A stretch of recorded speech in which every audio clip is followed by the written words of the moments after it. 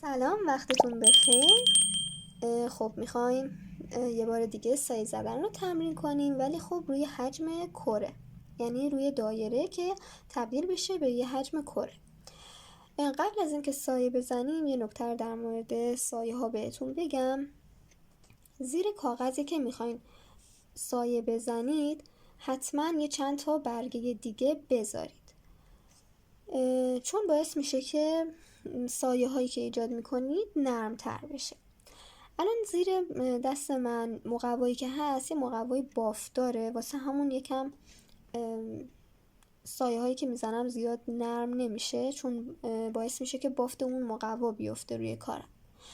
و اگه کاغذ همینطوری کاغذ باشه، کاغذ معمولی، باعث میشه که سایه‌تون نرم تر بشه. یا مثلا اگه روی تخت شاسی دارین انجام میدین حتما چند تا برگه زیر دستتون باشه. و ببینید الان موقعی که داشتم سایه میزدم این خطا رو ببینید روی کار ایجاد شده. این خطا به خاطر رداییه که حالا مثلا نمیدونم با مداد بوده، این کاغذ زیر دستم بوده، رد افتاده و یه شیارهایی روی کاغذ ایجاد شده و الان که من اومدم سایه زدم این شیارها خودش رو نشون داده.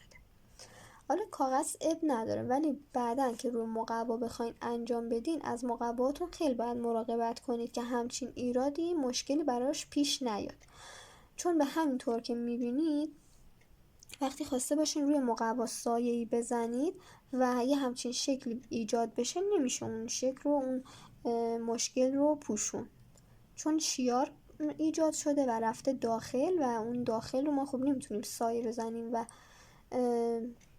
خیلی بد میشه اینطوری. پس مواظب مقواهاتون باشید، یکی از نظر لکه شدن، یکم از این نظر که زیر دستتون نباشه، که وقتی دارین کار میکنید شیار ایجاد نشه روش و اصلا توی دست و پاتون نباشه یا دست زیاد نکشید که باعث لک میشه.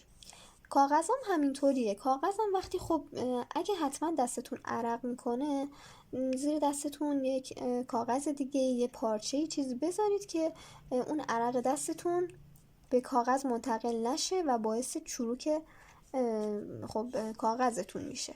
پس حتما یه پارچه بذارید که از این مشکل جلوگیری کنه. یا اینکه خب مثلا وقتی دارین کار انجام میدین، مثلا خوراکی چیزی یا مثلا خب آب میخورید، مواظب اون قطره های آب باشید که نریزه روی کارتون. اینا خیلی نکته های مهمیه، اینا رو دقت کنید تا کارتون تمیز باشه. یعنی شما به عنوان هنرمند باید اینو دقت کنید بهش که کارتون تمیز باشه. حتی این سایه هایی که ایجاد میکنید خب خیلی مهمه دیگه. این سایه ها باید تمیز باشن و خوب در بیان. خب و دیگه باید مواظب باشین که مثلا کاغذاتون چروک نشه، قشنگ توی کاور بذارید دیگه، نمیدونم روی تخت شاسی بذارید چروک نشه، لا نخوره از این گوشه ها مثلا. اینها رو دقت کنید بهش. خب من 4 تا دایره کشیدم، وسطش رو یک منبع نور مشخص کردم و به این دایره ها دارم نور میدم، یعنی به هر دایره داره توی این جهت ها نور بهش برخورد میکنه. خب از این دایره شروع میکنم، این دایره نور داره از اینجا بهش میخوره. سایه‌ای که روی دایره ایجاد میشه به این صورت دیده میشه. خب. یعنی خطهای منحنی روی کار ایجاد میشه. اینجا خطای صاف بود دیگه، درسته؟ ولی خب اینجا الان چون شکلمون منحنیه، دایره است، باید خطامون منحنی باشه. این داره از اینجا برخورد میکنه، اینجا روشن ترین قسمت رو داریم، اینجا تیره ترین قسمت رو داریم. پس میام از قسمت تیره شروع میکنم. ببینید حالت دستم هم به این صورته.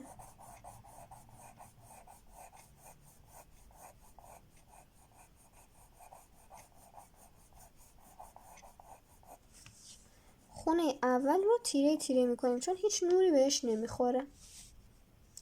خونه دوم رو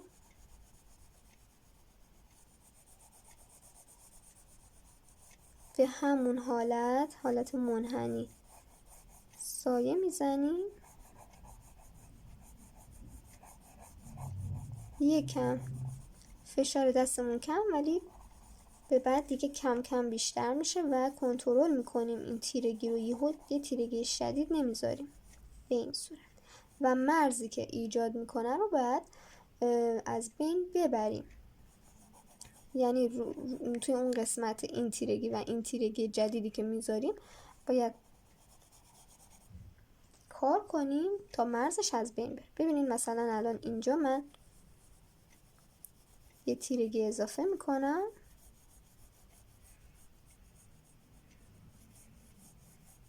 الان این مرز دیگه درسته. خب اینجا رو تیره میکنم، به این سمت که میام به همون اندازه‌ای که تو این خونه باید تیره بشه تیره میکنم.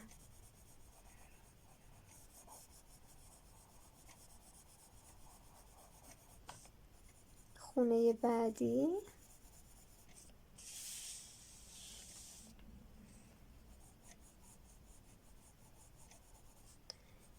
گوشه های کار رو هم دقت کنید که موقع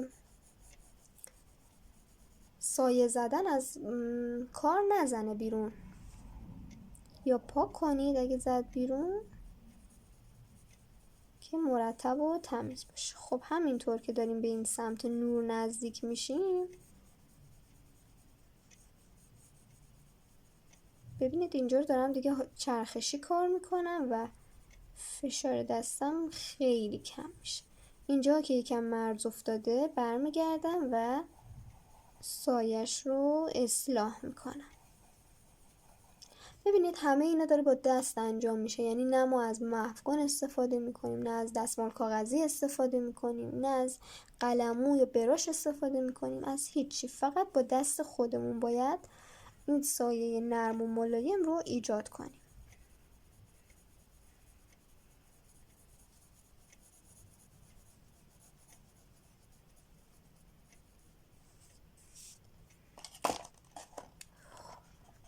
خطایی هم که اول کار میکشید حتما باید خیلی کم رنگ باشه، اینقدر کم رنگ که ببینید اینجا اصلا هیچی دیده نمیشه. چون بچه ها میان پر رنگ میکشن، بعد مثلا سایه اینجا رو میزنن، بعد اون خط زیر کارشون دیده میشه. یا خط دایره، ببینید دایره ها رو چقدر کم رنگ کشیدم. اگه این دایره ها پر رنگ باشه خط دیده میشه. خب ما توی سیاه قلم خط نداریم، باید همه تبدیل شن به سایه. و وقتی که سایه اینجا کم رنگه و خطش پر رنگه نمیتونیم تبدیلش کنیم. پس یه همچین سایه ایجاد میکنیم و حالت کره‌ای بودن بهش میدیم.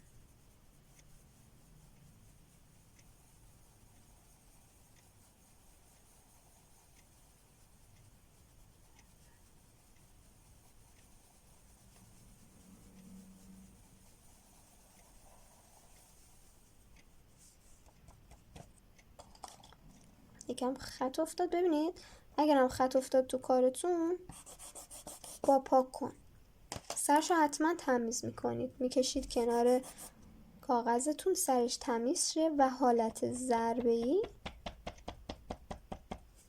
لکتون رو برمیدارید. این به این صورت ببینید یه حالت حجمی بهش داد. حالا اگه سایه‌ش رو هم کار کنیم چقدر خوب میشه و انگار این سایه افتاده روی زمین، سایه این کره و حجمش رو بهتر نشون میده. ولی خب چون اینجا فضا نداریم ببینید یه همچین حالت بیضی شکلی میشه، میره توی این سایه ها. سایه‌ش هم اگه بخواین کار کنین و بزنین تقریبا توی این قسمت ها باید باشه، یعنی یک تیره و خاکستری تیره.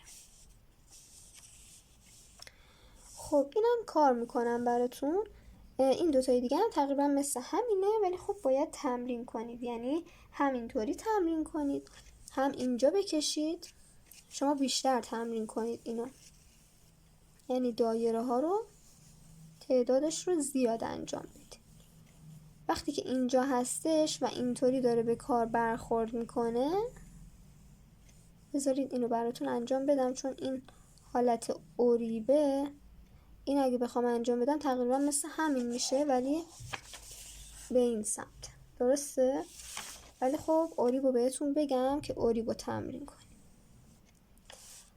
پس یه دایره میکشید خیلی کم رنگ، نورش داره از اینجا بهش برخورد میکنه. خطها رو به این سمت، یعنی به سمت این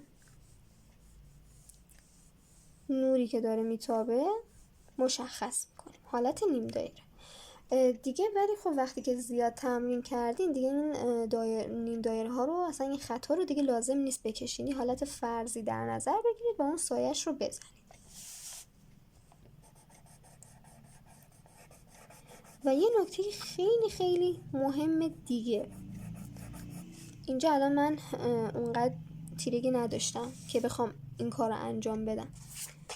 یه کاغذ باطله سفید تمیز باشه حتما، هم پشتش هم روش، زیر دستتون بذارید. حالا اونایی که دستشون عرق میکنه فکر میکنم باید پارچه چیزی بذارن، ولی بچه دیگه حالا اصلا دستتون هم عرق نمیکنه کلا باید بذارید. یه کاغذ سفید پشت و رو سفید زیر دستتون میذارید که وقتی دارین کار میکنین دستتون که کشیده میشه این پشت دستتون سیاه میشه و کل کارتون رو کثیف میکنه. شما خیلی باید به این نکته اهمیت بدین که کارتون تمیز باشه. یکی این نکته‌های قبلی که گفتم و یک نکته این خیلی بهش اهمیت بدین که کار تمیزی داشته باشین. همینطور اگه از اول به این نکته توجه کنید و دقت کنید، همینطور تا آخر که دیگه دارین مثلا انشالله به چهره رسیدید، به اونجا هم که رسیدید کاراتون دیگه عادت میکنین و کاراتون رو تمیز انجام میدین. خب من یکم اینو گردترش کنم و به هیچ عنوانم دستتون رو خیلی نکشید روی کار که یعنی مثلا اینطوری بخواین کنار بزنید. یه کوچولو با انگشت کوچیک آروم لمسش کنید که اون پاکن برداشتش. تیره ترین قسمت هم رو میذارم. خب اینجا دستم بذارم که اینجا خط خطی کردم خیلی پخش نشه. خونه بعدی یه سایه کم رنگ و اینم دقت کنید سایار اینطوری شکسته نمیذارم، حالت اینطوری منحنی میکشم.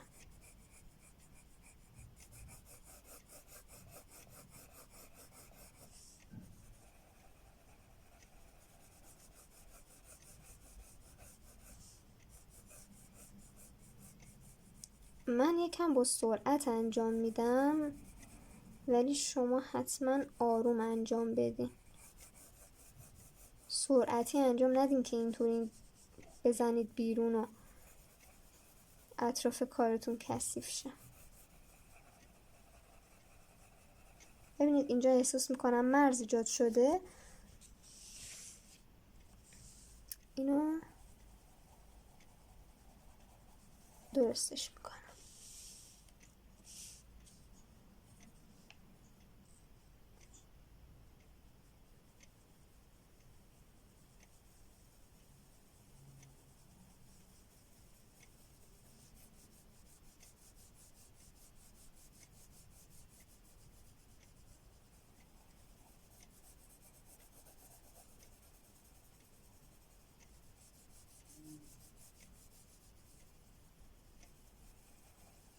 اطراف کار اینجاها تیره است، اینجا روشن، باز اینجا تیرگی کمتری داره این وسط.